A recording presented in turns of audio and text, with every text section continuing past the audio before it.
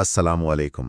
آج ہم ایک بہت ہی اہم اور آپ کہہ سکتے ہیں سنجیدہ موضوع کا گہرائی سے جائزہ لے رہے ہیں، یعنی اسلامی عقائد کے مطابق قیامت کی وہ بڑی نشانیاں جن کے بارے میں کہا جاتا ہے کہ وہ آخری زمانے میں ظاہر ہوں گی۔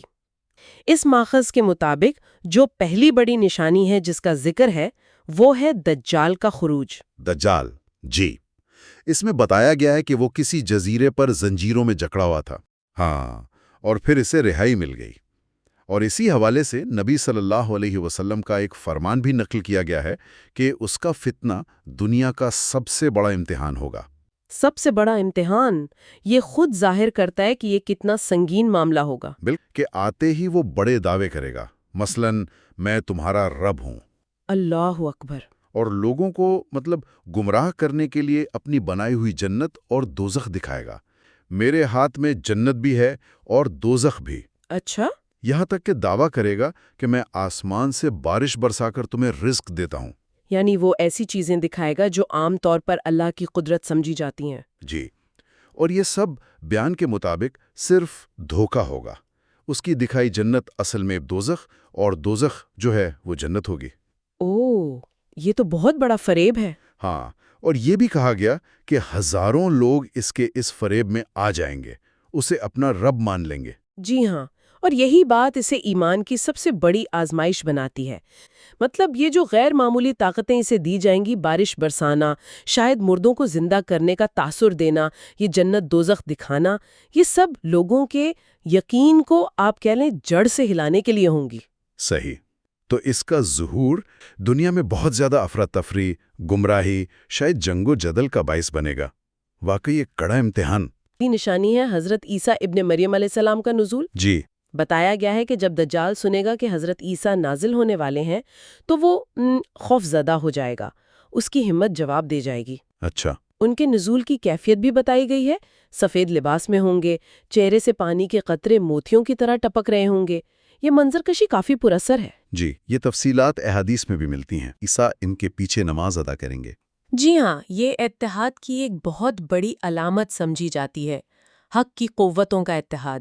یا اللہ تو رحمان تو رحیم، جس میں انسانیت پر رحمت اور ظلم سے نجات کی التجا ہے۔ بالکل، اسلامی عقائد کے مطابق حضرت عیسیٰ کا دوبارہ دنیا میں آنا، اس کا بنیادی مقصد ہی دجال کے فتنے کو ختم کرنا اور زمین پر اللہ کے حکم کے مطابق عدل و انصاف قائم کرنا ہے، اور ان کا امام مہدی کے ساتھ مل کر کام کرنا، یہ حق کی فتح کی علامت ہے۔ حضرت عیسیٰ اور دجال کا آمنا سامنا، ایک میدان جنگ کا نقشہ کھینچا گیا ہے۔ آمنے سامنے، جی، جہاں دجال کے پیروکار نعرے لگا رہے ہیں، اسے رب مان کر، اور حضرت عیسیٰ کے خلاف لڑنے کو تیار ہے۔ جیسی ہی دجال کی نظر حضرت عیسیٰ پر پڑے گی، اس کے سارے دعوے، اس کی ساری طاقت، وہ سب ختم ہو جائے گی۔ فوراً؟ ہاں، اور وہ میدان چھوڑ کر بھاگے گا۔ پھر جب حضرت عیسیٰ اس کے قریب پہنچیں گے، وہ ایسے پگھل جائے گا جیسے نمک پانی میں گھلتا ہے، اور اس کا خاتمہ باب اللد یعنی باب اللد کے مقام پر ہوگا۔ یہ منظر کشی اصل میں حق اور باطل کی حتمی جنگ کی علامت ہے۔ اس میں پیغام یہ ہے کہ سچائی کے سامنے جھوٹ اور فریب ٹک نہیں سکتا، چاہے وہ کتنا ہی طاقتور کیوں نہ دکھائی دے۔ اس کا وہ پگھل جانا اس کے دعووں کے کھوکھلے پن کو ظاہر کرتا ہے۔ اور اس کے بعد یہ بھی ذکر ہے کہ کچھ لوگ جو پہلے دجال کے دھوکے میں آ گئے تھے، وہ توبہ کریں گے۔ ایک شخص کے الفاظ میں نقل کیے گئے ہیں، حضرت میرے غلطیوں کے لیے معافی چاہتا ہوں۔ یعنی حق واضح ہونے پر توبہ کا امکان رہے گا، شاید اس وقت تک۔ لیکن دجال کے خاتمے کے بعد بھی آزمائشیں ختم نہیں ہوتی۔ ایک اور بڑا فتنہ۔ اچھا، کون سا؟ کہ حضرت عیسیٰ کو اللہ کی طرف سے پیغام ملے گا کہ ایک نیا فتنہ یاجوج اور ماجوج ظاہر ہونے والا ہے۔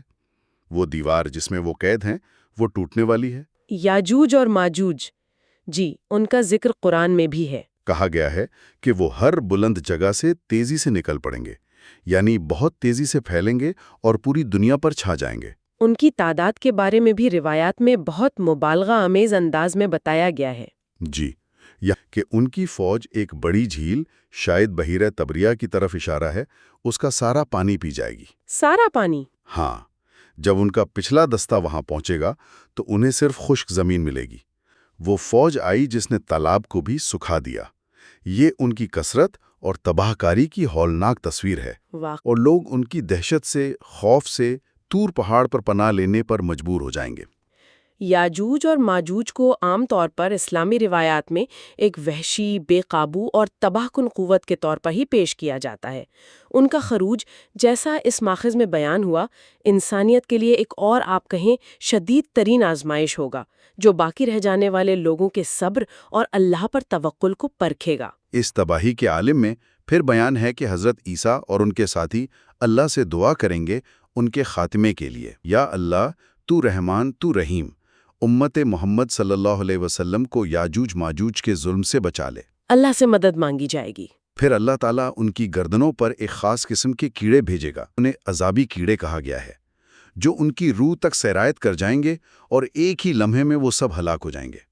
یعنی انسانی کوشش سے نہیں، بلکہ اللہ کی طرف سے براہ راست عذاب آئے گا۔ ہاں، اور ان کی لاشوں کی وجہ سے زمین پر شدید بدبو پھیل جائے گی۔ پھر اللہ تعالیٰ شدید بارش بھیجے گا جو ان کی لاشوں کو بہا کر سمندر میں ڈال دے گی اور زمین کو پاک صاف کر دے گی۔ اس میں جو نقطہ اہم ہے وہ یہ ہے کہ اتنا بڑا فتنہ جو بظاہر ناقابل شکست لگتا ہے، اس کا خاتمہ بھی انسانی طاقت سے نہیں بلکہ اللہ کی براہ راست مداخلت سے ہوتا ہے۔ یہ اللہ کی قدرت کاملہ کو ظاہر کرتا ہے۔ اچھا، تو یاجوج ماجوج کے خاتمے کے بعد اگلی بڑی نشانی ہے دخان، یعنی دھواں۔ دھواں؟ کیسا دھواں؟ ایک پراسرار کالا دھواں جو پوری دنیا پر چھا جائے گا۔ اس نے پورے جہاں کو لپیٹ لیا۔ پوری دنیا پر؟ جی، اور یہ لوگوں کے لیے شدید تکلیف، گھٹن اور خوف کا باعث بنے گا۔ کہا گیا کہ یہ انسان کے چہروں کو اندھیرے میں دبا دے گا، جیسے ہر سانس میں زہر گھل رہا ہو۔ اللہ کے حکم سے یہ دھواں بھی آہستہ آہستہ ختم ہو جائے گا۔ اس کے بعد ایک اور بہت بڑی اور شاید سب سے زیادہ غیر معمولی نشانی کا ذکر ہے، سورج کا مغرب سے طلوع ہونا۔ جی ہاں، یہ بہت ہی مشہور نشانی ہے۔ 3 دن تک مکمل تاریکی چھائی رہے گی، سورج نکلے گا ہی نہیں، لوگ شدید خوف میں مبتلا ہوں گے۔ 3 دن تک اندھیرا؟ جی، پھر چوتھے دن سورج مشرق کے بجائے مغرب سے طلوع ہوگا۔ یہ کائنات کے نظام میں ایک بہت بڑی تبدیلی ہوگی۔ بالکل، اور اسلامی عقائد میں اس کی سب سے بڑی اہمیت یہ بیان کی جاتی ہے کہ اس نشانی کے ظاہر ہونے کے بعد توبہ کا دروازہ بند ہو جائے گا۔ اس نشانی کو اپنی آنکھوں سے دیکھ لینے کے بعد اگر کوئی ایمان لانا چاہے یا گناہوں سے توبہ کرنا چاہے تو اس کی توبہ قبول نہیں کی جائے گی۔ یہ ایک طرح سے مہلت کے خاتمے کا اعلان ہے۔ اس کے بعد بھی نشانیاں جاری رہیں گی۔ سورج کے مغرب سے طلوع ہونے کے بعد اگلی نشانی جس کا ذکر وہ ہے دابۃ الارض کا ظہور، یعنی زمین سے ایک خاص جانور کا نکلنا۔ اللہ کے حکم سے زمین پھٹے گی اور یہ جانور نکلے گا۔ اور یہ جانور کیا کرے گا؟ اس کی خاص بات یہ ہوگی کہ وہ لوگوں سے بات کرے گا۔ تم اللہ کی نشانیوں کو جھٹلاتے رہے اور اب حق تمہارے سامنے ہے، لوگوں سے کلام کرے گا۔ جی، لوگ اسے دیکھ کر ڈریں گے، بھاگنے کی کوشش کریں گے، لیکن کوئی اس سے بچ نہیں سکے گا۔ اس کا بنیادی کام ہوگا لوگوں کے چہروں پر نشان لگانا۔ مومن کا چہرہ روشن سفید ہو جائے گا اور کافر کا چہرہ کالا ہو جائے گا، یعنی دنیا میں ہی ایک طرح کی پہچان ہو جائے گی۔ لوگ روئیں گے، معافی مانگیں گے، توبہ کی کوشش کریں گے، لیکن جیسا پہلے ذکر ہوا، توبہ کا وقت گزر چکا ہوگا۔ گزر چکا ہوگا۔ اپنا کام مکمل کرنے کے بعد یہ جانور واپس زمین میں سما جائے گا۔ یہ واقعہ جیسا بیان کیا گیا ہے ایک طرح سے حتمی درجہ بندی ہے۔ یہ ایمان اور کفر کے انجام کو دنیا میں ہی قیامت سے پہلے بالکل واضح کر دے گا، کوئی شک باقی نہیں رہے گا۔ زمین میں بڑے پیمانے پر دھنسنے کے واقعات ہیں، یعنی خسف۔ جی، 3 بڑے زمینی دھنساؤں ہوں گے، ایک مشرق میں، ایک مغرب میں اور ایک جزیرہ نمائے عرب میں۔ یہ بھی بڑی تباہی کی علامات ہے۔ اور پھر ان سب کے بعد یمن سے ایک بہت بڑی آگ نکلے گی۔ یہ آگ پھیلے گی اور لوگوں کو ہانک کر ایک میدان کی طرف جمع کرے گی۔ لوگ کہیں گے یہ آگ ہمیں اپنی طرف بلا رہی ہے۔ یہ آگ ان کے ساتھ ساتھ چلے گی، انہیں میدان محشر کی طرف لے جائے گی۔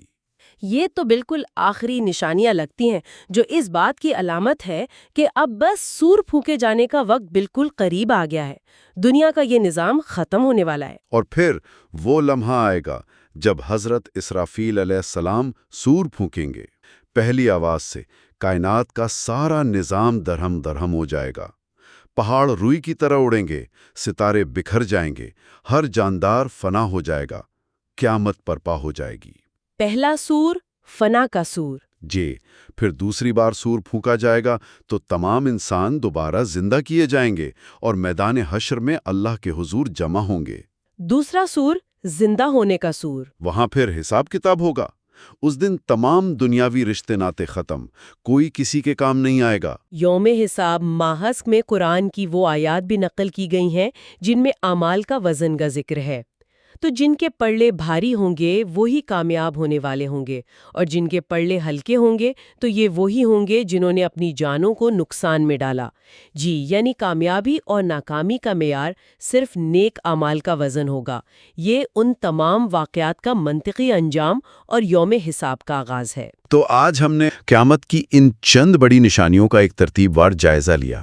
دجال کا فتنہ، حضرت عیسیٰ کا نزول، یاجوج و ماجوج، پھر دھواں، سورج کا مغرب سے طلوع ہونا، دعوت لرز، زمینی دھساؤ، یمن کی آگ اور آخر میں سور اور قیامت۔ ہمارا مقصد تھا کہ اس خاص ذریعے میں بیان کردہ ترتیب اور تفصیلات کو سمجھا جائے۔ بالکل، اور ان تمام بیانات کا جائزہ لینے کے بعد جو ایک بات بار بار سامنے آتی ہے وہ ہے آزمائش، یعنی فتنہ کا تصور۔ ہاں، ہر نشانی ایک آزمائش ہے۔ اور طلب بات یہ ہے کہ یہ روایات جیسا کہ اس ماخذ میں پیش کی گئی ہیں، ان شدید آزمائشوں کے دوران ایمان پر ثابت قدم رہنے کی کیا اہمیت بتاتی ہیں؟ یہ ایک اہم سوال ہے۔ اور یہ واقعات، چاہے انہیں علامتی سمجھے یا حقیقی، یہ زندگی کا مقصد، ہمارے اعمال کی جواب دہی اور آنے والے حتمی احتساب کے بارے میں کیا گہرے سوالات اٹھاتے ہیں۔ یہ وہ نکتے ہیں جو اس ساری گفتگو کے بعد سامعین کے لیے مزید غور و فکر کا سامان فراہم کرتے ہیں۔